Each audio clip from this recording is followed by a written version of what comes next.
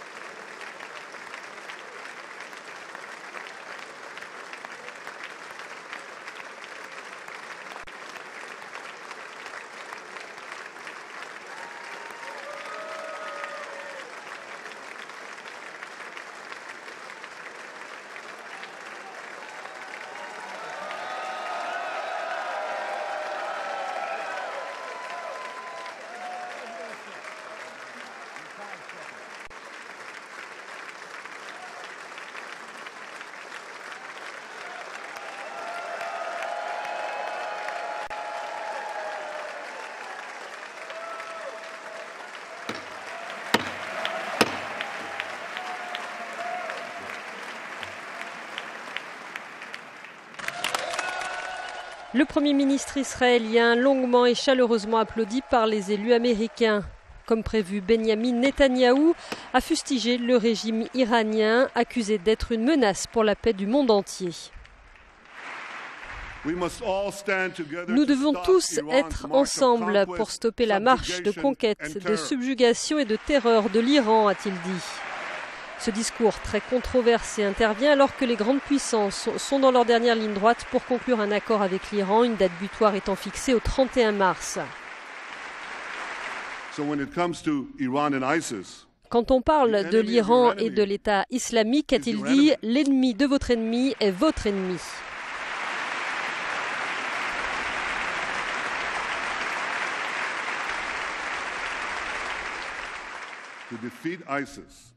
Vaincre l'État islamique et laisser l'Iran obtenir l'arme nucléaire, ce serait gagner la bataille, mais perdre la guerre, a-t-il dit. Vous ne pouvez pas laisser cela arriver. Cette invitation exceptionnelle du Congrès a été considérée par l'administration Obama comme un affront à sa diplomatie.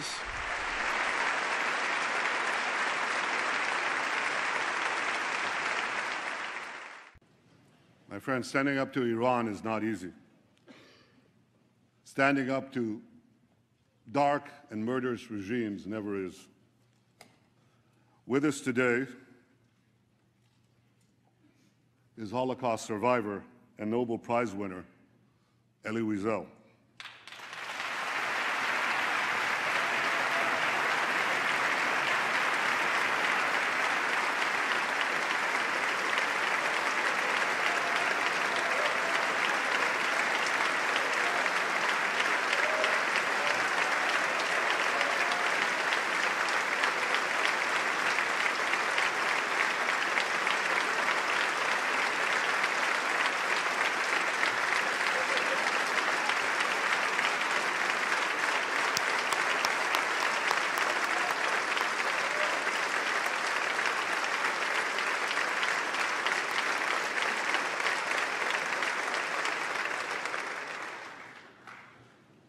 Elie, your life and work inspire us to give meaning to the words, never again.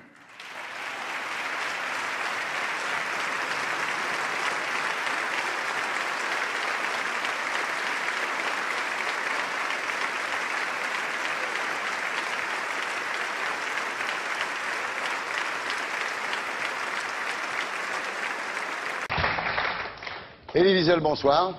Bonsoir. Ça va? Oui, pour l'instant.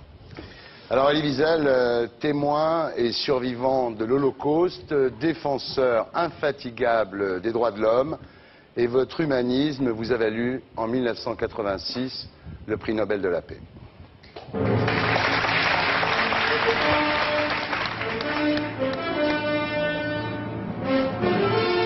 In a recent California court case, Elie Wiesel, a self-styled eyewitness of the so-called Holocaust, stated under oath that while at Auschwitz, he was tattooed on his left arm with the number A7713. Wiesel added that his father's tattoo number was A7712. But, according to a former prisoner at Auschwitz, Hungarian Jew Miklos Gruner, who was at the camp at the same time claimed by Elie Wiesel, the number A7713 was assigned to a very different person, Gruner's friend, a Lazar Wiesel, not Elie Wiesel.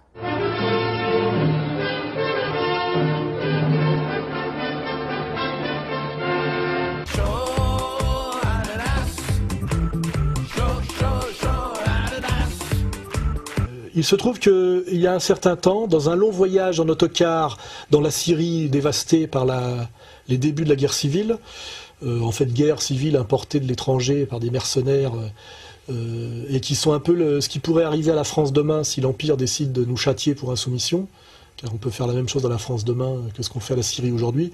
Lors de ce voyage en car pénible, car il faisait très chaud, il y avait même un peu de danger, entre Damas et Alep, j'ai eu le loisir de discuter avec un historien palestinien qui s'est spécialisé depuis des années sur les fausses, comment dirais-je, les faux survivants de l'Holocauste, hein, qui est un sujet houleux, dangereux, mais qui mérite qu'on se pense dessus parce qu'il est symptomatique de quelque chose.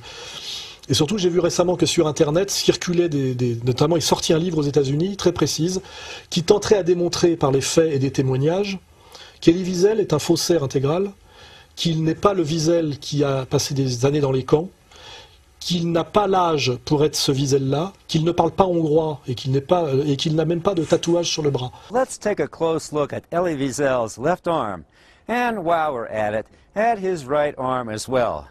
Evidently, no sign of an imprinted tattoo can be seen. Second, Gruner, who in his book, Identity Theft, sets out to prove that Elie Wiesel is a fraud, received a letter from the Auschwitz Museum in October of 2003 affirming that the number A7713, claimed by Elie Wiesel as his, was indeed, in fact, assigned to Gruner's friend Lazar Wiesel, recorded as being born on September 4th, 1913, not September 30th, 1928, the birth date of Elie Wiesel. Et c'est assez grave parce que Elie Wiesel a eu le prix Nobel de la paix et est censé incarner la mémoire de la Shoah. Or, d'après les compagnons de déportation juifs des frères Wiesel, qui ont rencontré Wiesel, je crois, on mettra les liens au Danemark, ils disent bien, et ce sont des juifs déportés, hein, que ce Wiesel-là, ils ne l'ont jamais vu nulle part, qu'il ne parle pas un mot de hongrois, donc il semblerait...